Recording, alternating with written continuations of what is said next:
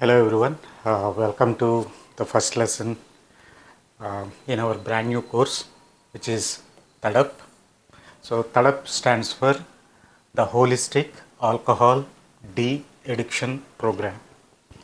Okay, so in this basically there are 6 major modules and there will be lessons in each module depending upon the content in each module. So the way I structured it is similar to HNTP, okay, and you all know those people who are with me. The way I designed HNTP classes, it is not in linear model. Okay, whatever is necessary to start or to understand the core concepts first. We started with that. Okay, if you remember in HNTP, we started with the case study, that is 6.3.1. Okay, from there we went into a different module, and that is how we structured. And similarly, once the course is complete, you will be having all the modules and the lessons subsequently that are available. But today we'll be starting with module number 2, understanding the soul of addiction, or in simple words, alcoholic personas or personalities. Okay, so why alcoholic personalities or why alcoholic persona? Learning about them is important. As an outsider, okay, and if one is non-alcoholic and we try to put all the alcoholics in one particular basket, okay, but it is like putting all the diabetic patients in one particular basket and seeing them as having some metabolic disturbance. Okay, but as holistic coaches, we know that each person who is having either diabetes or PCOS or thyroid, though the disorder has got a name, we know the root causes are different for each and every individual. So as holistic coaches, we appreciate the fact that each diabetic patient has a specific root cause, okay, which is quite unique to them, right? Because in holistic approach, we don't just treat the disease, we treat the person who is having that particular disorder or diagnosed with a certain disease. Similarly, it so happens, because most of our holistic coaches being women, and we tend to group all these alcoholic people or people suffering with chronic alcoholism or binge drinking or whatever you want to call it. So we try to put them under one basket. But if you study them deeply, okay, there are different types of personalities and there are different types of drinking and there are different types of behavior, and there are after effects based on the type of drinking persona they are having. Once we study this and we study that what kind of persona my patient who wants to get rid of alcohol, or the people who are suffering because of that alcoholic person in their family, how do we address? For that, we need to understand the alcoholic personas. That's where we are starting our first lesson today. So what we'll cover in introduction, there are different things like what are different types of alcohol.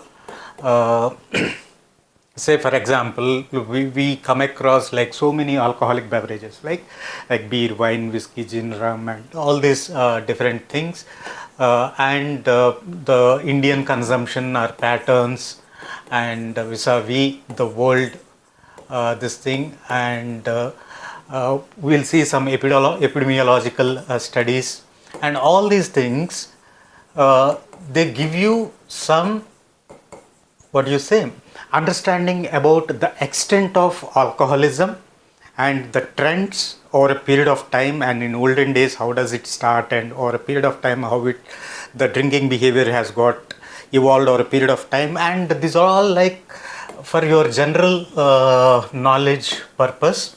So it is not like directly affecting your coaching skills, but it is the kind of knowledge that is good to have, but not a must to have. So this thing can be studied on your own, but anyway I'll give you the outline of the introduction to the problem of alcoholism in the world as such, in the country as such, and in families as such, and everything that we'll be discussing in the chapter introduction.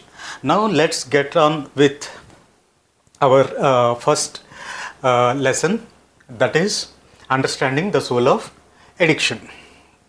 Why I say a soul? Okay. When I said a soul, I mean, I remember in one of the books by Dr. Deepak Chopra, and from the books of G.D. Krishnamurti and Osho and rest of the masters as well, many people, I mean, especially the scientific community and atheists and people who are more logical and all these people, they don't believe in this concept known as a soul. Okay. So because it comes under the purview of metaphysics, okay, or religion or spirituality, and they don't consider this as a scientific word. But all of you are like well educated and have been treating patients for a long time, and you know that, I mean, we don't come across the soul of it. Okay, when I say the soul, what I mean to say is, I'll give you a simple example. Let me see if I can explain you this or not in simple terms. Okay, so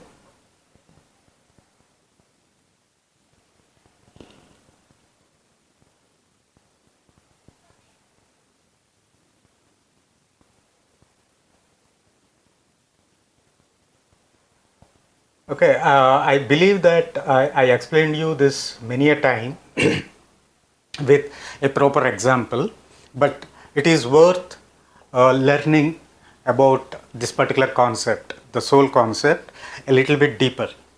Say, you have a TV, okay, a TV set, a monitor, right, in your home, and there are signals that are coming from a satellite over here. This is a satellite, it is sending the signals, and there is a receiver. These are like electromagnetic waves, right? And the system, when we tune into a particular frequency, okay, so they convert these electromagnetic signals into a visual picture over here. Okay, now consider that this is our life. Okay, whatever we are experiencing over here, if this is my body and whatever I see, I am receiving certain signals from ether or akasha or whatever you want to call it, or from the space or emptiness, and we covered this exclusively in our quantum physics class, decoding quantum physics. So we receive certain signals, and brain is one of the very powerful receiver. Okay, and they receive the signals, and our special senses, they receive the signals from the world, and they process it and make this life or my surroundings a reality. Okay, now if the TV is broken, okay, if the TV is broke, like it is not there, right? So do we have our signals still existing?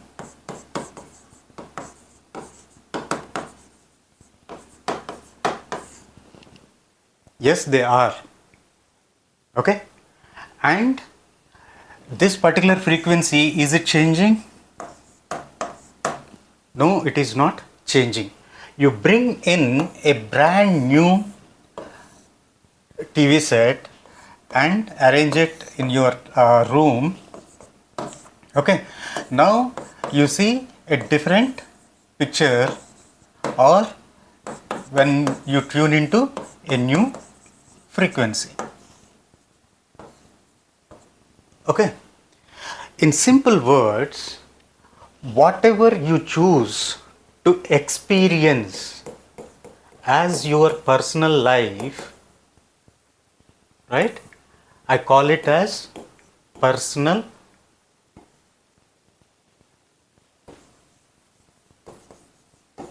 life becomes your personal truth. This is your perceived reality. I am not saying that this is your absolute reality. Whatever that you are able to perceive, that becomes your perceived reality, or virtual reality, I would say. It is not absolute reality, because you can say that this is the body, and who is transforming this frequency? This is by your mind. So when this body along with its mind is gone, there is something that you have tuned into and created a reality exists. So there is a base on which your body and mind operates, and that is what is known as soul or consciousness or quantum field, whatever you want to call it. Okay, so this is the a simple explanation or analogy to understand what a soul is. Okay, now we'll come back to our lesson, and why I did say that soul is important. Okay, so that means this gives us two opportunities. Okay, and whatever we are seeing here,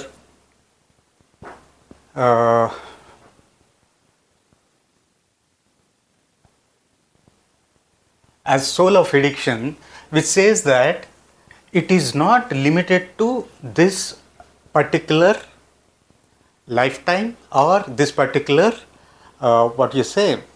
life experience of an individual. Okay, so this persona is built over years, and we have seen the scientific explanation for past lives when we did that PLR session in HNTP, and I wish all of you go through that lesson again, because this is quite important to understanding alcoholics and understanding their personas. Okay, now let's go back to the alcohol. As I said earlier in my introduction, the moment you see an alcohol, okay, we come up with a certain judgments, or we come up with a certain kind of assumptions, okay, and prejudices. So what is a prejudice? Is a preformed notion about someone or something. Okay, we come across alcoholics, their behavior and their lack of filter, and some of the things they do, and we say that they are out of their mind, and they are separated from the reality, and they don't know what they are doing, and they don't know what they are talking. But is it really so?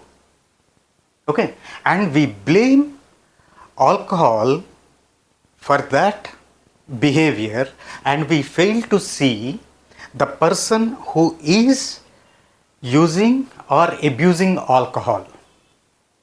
Okay, so use is different and abusing is different. If a person from using alcohol to abusing alcohol, so there must be some kind of triggers.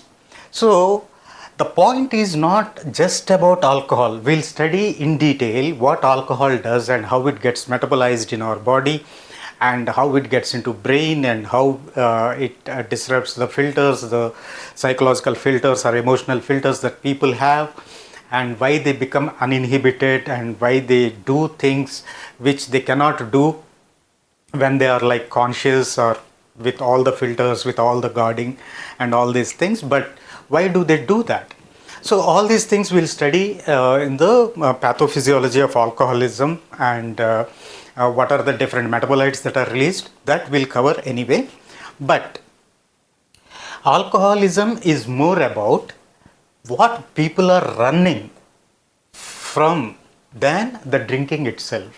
Okay, say for example, it is quite common if you are not a holistic coach, and many of the what you say weight loss programs or fitness programs, and many of the interventions, I mean even doctors, when they suggest this bariatric or surgeries or ballooning or whatever, the drugs, they assume only one thing: if a person is obese, means they are eating a lot than what they can process, which is only partly true, and that too in very limited number of people.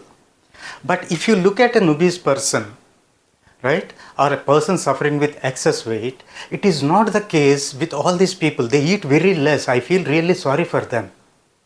Okay, and with all the body shaming that they go through, either directly or indirectly, or being mocked or made fun of, right, they go through a lot. And even though despite eating very less, they are unable to. But when a drug is introduced, or a procedure is introduced, or a particular diet, or a particular this thing is introduced, somehow their lifestyle changes and they start losing. But the underlying point here that we all need to understand here is, we unknowingly, right, ascribe obesity to excessive eating or irresponsible eating, which is a crime in my personal opinion. Okay, it is not.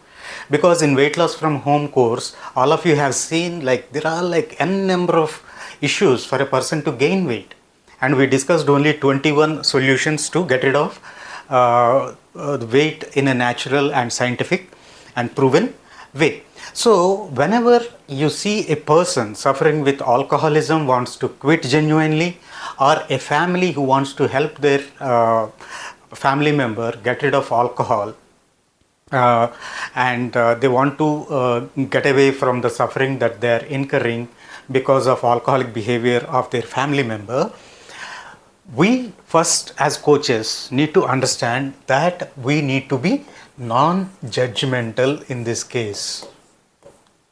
Okay, just like an obesity or hypothyroidism or PCOS. So if someone is suffering, God forbid me for saying this, suffering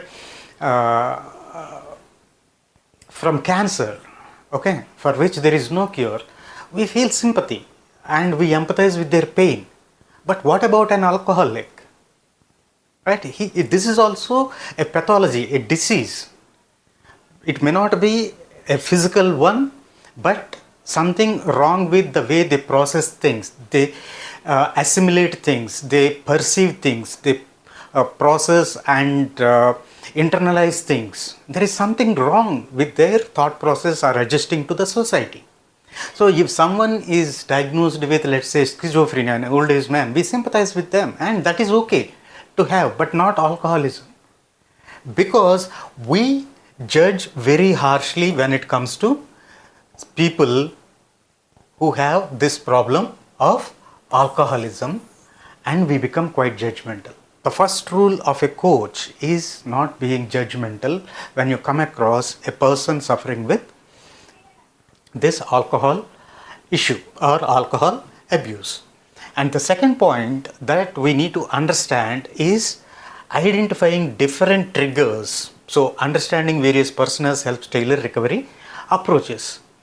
So if a person is drinking, okay, how frequently is he drinking? What kind of drink he is having? How many drinks he is having per day?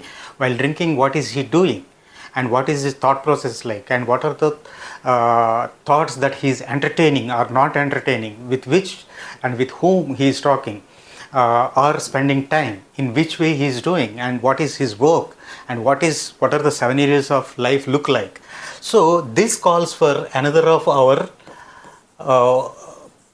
foundations of being a holistic coach, that is developing honest curiosity of the development and progression of a normal individual from a simple social drinker to chronic alcoholic or a binge drinker.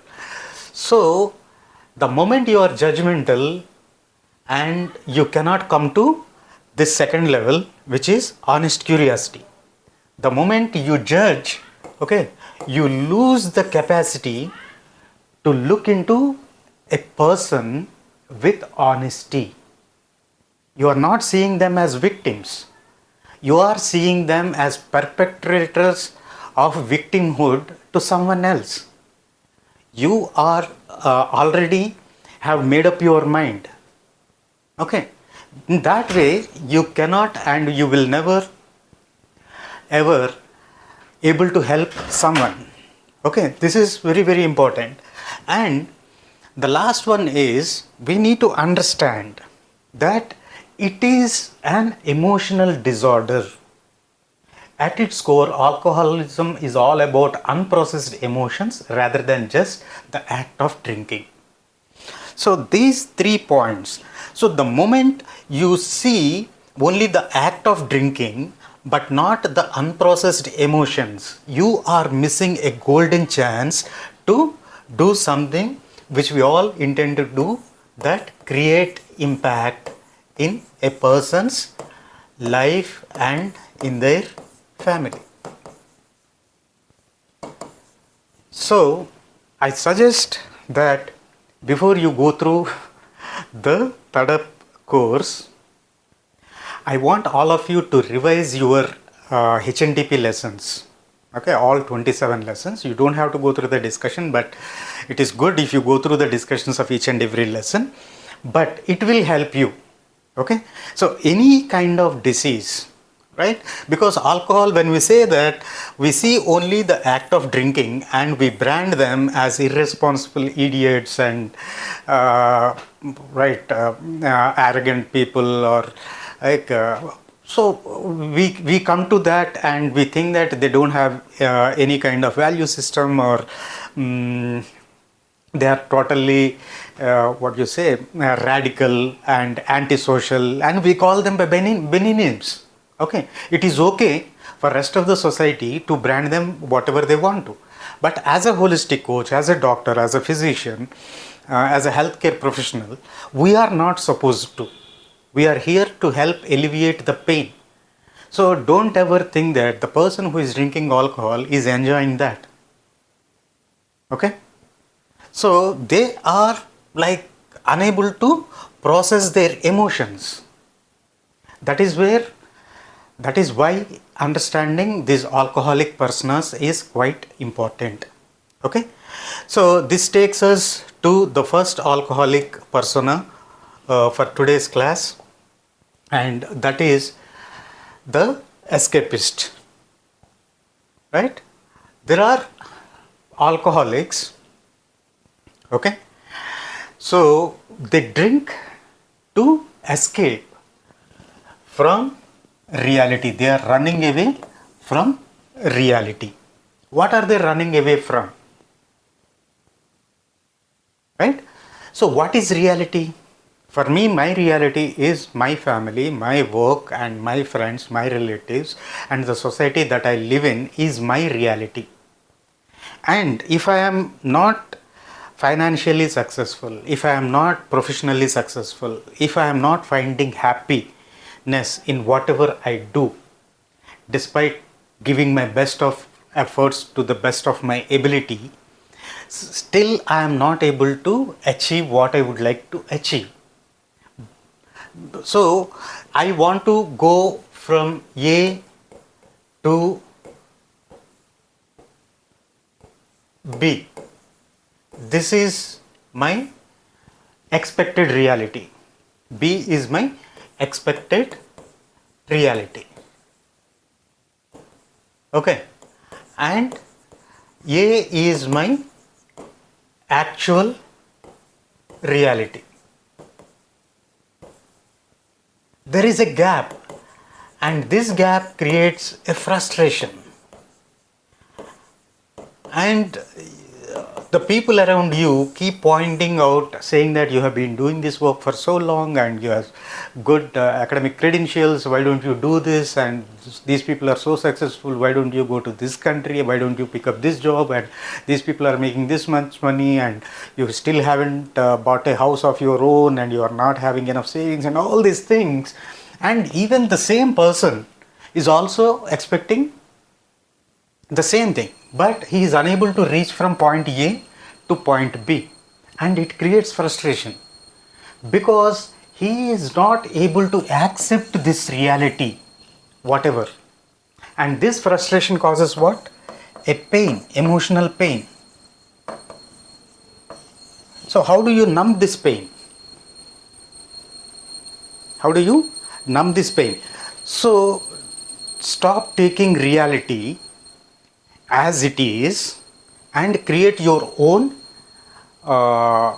virtual or imaginary world.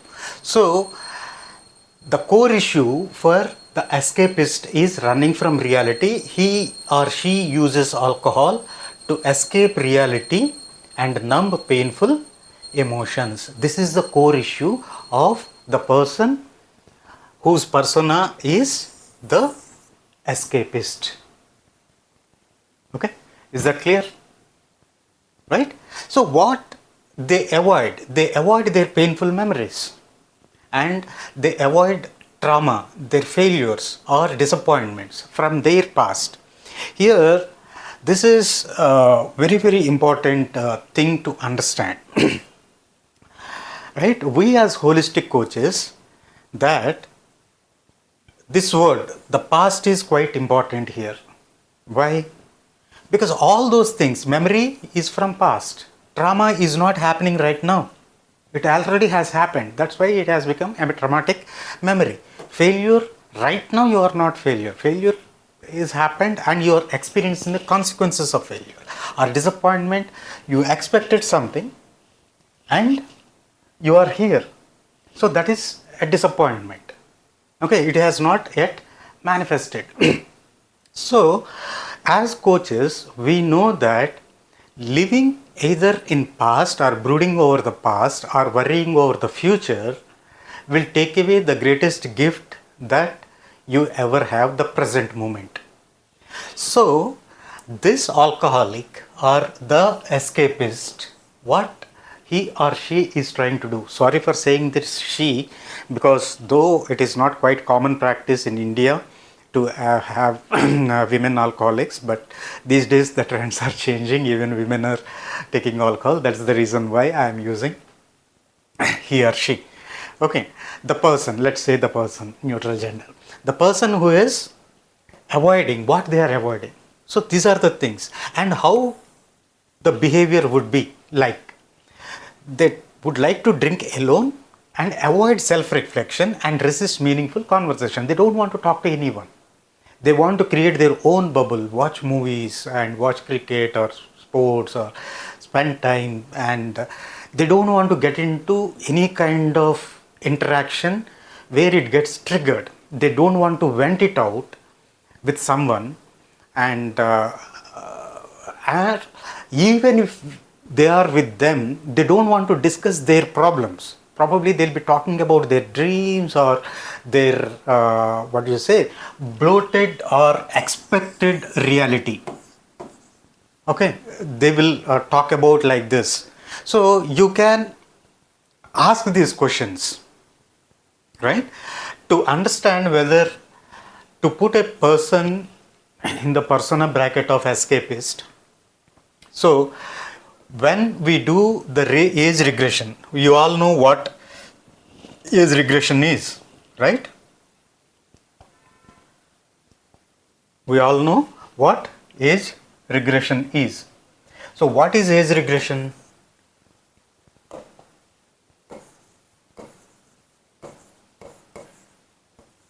How do we do age regression? Again, this I covered extensively in HNTP, but here I am just giving you another perspective on age regression. So ask them, what are the most painful or joyful experiences we ask them to list down in the past 1 month. Okay, they can write 1, 2, 3, 4 and 1000, 1,20,000 in the last 1 month, and joyful 1 or 0.5. So absolutely they wouldn't able to come up.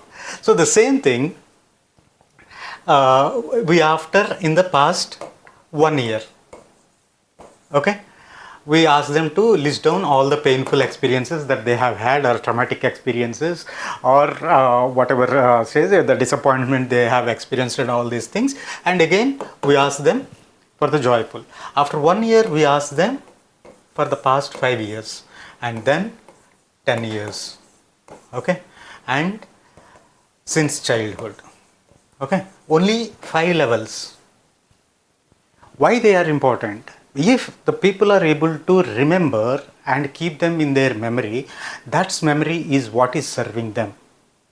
Okay, so while taking the history, you are not straight away attacking the point of alcoholism and talk about like how alcohol is bad and how it is making them look weak in the eyes of society. These are all like, yeah, any personality development motivational speaker will tell them to do. But as a holistic coach, you need to go into the root cause. For that, you need to understand the escapist is avoiding these painful, traumatic, disappointment experiences in their life. If you identify and connect these dots to the person's persona. Okay, so this is what gives you like where to work on that particular aspect, because once you identify all the painful memories in 7 areas of life, and this is where again your HNTP lessons will come in very, very handy, how to take history, all 7 areas of life. And once you identify these painful, traumatic disappointments and all these things, when you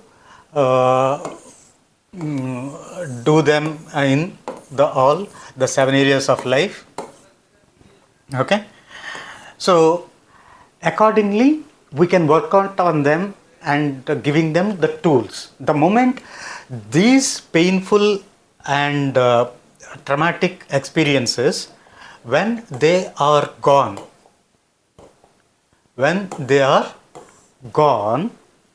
there is no need to escape from something, isn't it? Got it? There is no need for them to escape from whatever that they are running from. Okay. So this is the persona of the escapist, and we'll cover the next persona, and we'll conclude the first lesson in this module with this. The people pleaser. Who is a people pleaser? Okay, we all know these are like social drinkers, right? So why I do say they are social drinkers?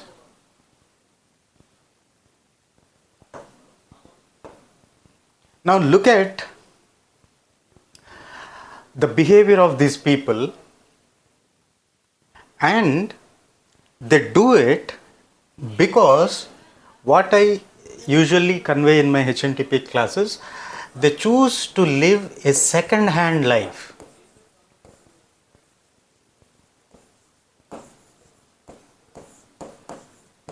What exactly is a second-hand life?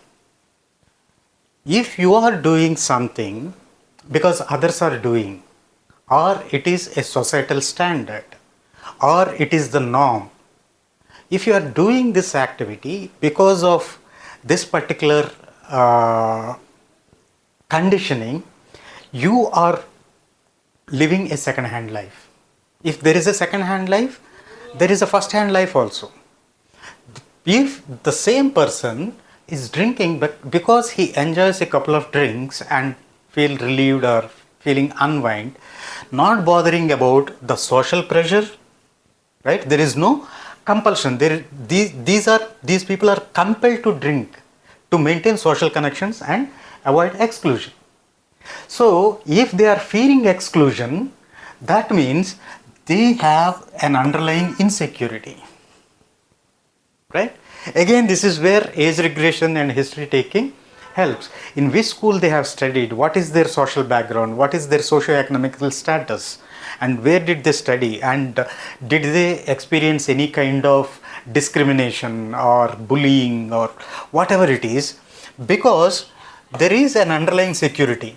Okay, now I got this job, I am moving into this social circle, unless and otherwise I wear a dress or a saree of certain value, people are not going to respect me. Okay, there is an insecurity. This insecurity, okay, so to prevent their insecurity, they seek this validation, right? The moment you seek validation from others for your behavior, again you are living a life of a slave, both emotional and psychological, and also you can add another social. What do I mean by that? Because if someone says that you are good at something that makes you happy, there is nothing wrong with that. The moment someone praises you or appreciates you or recognizes your talent or something, it makes us feel good, which is a good feeling for everyone. Okay, somebody says like your voice is good, the way you dress is good, or the way you conduct yourself is very nice, and you have nice tone or nice body or whatever it it feels good. But it becomes an addiction for some people. We see that in present day generation, looking at the Instagram and whether how many likes I have got and how many shares and comments did I get. So this is seeking validation, and we hardly see any kind of first hand people in present day life. So this second hand life is the biggest problem in our society. Why these days the kids are drinking a lot, and even the women started drinking in India, and it has become a rampant social condition, and it is being considered as near normal. It is no longer considered as a taboo if someone is drinking in a family, a lady in a family is drinking. It is considered normal, or it is considered belonging to a higher social status. Okay, so we are not talking about like morality here or social values over here, and we are not going to judge them. But again, whatever act, any act that you do, okay, and any act that you do, if it is coming from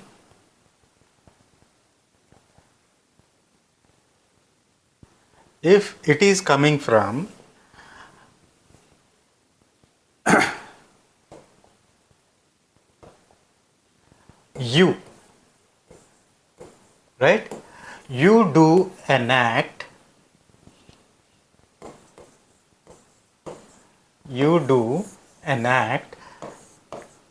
because you love doing it. Okay? It is not because someone asks you to do, or because of compulsion, because of coercion, because of peer pressure, you are not doing it, because you love doing that. Okay? If a person is drinking, it gives them happiness, it helps them unwind, and it helps them go into an altered state of consciousness or something like that, and it has got nothing to do with others, right?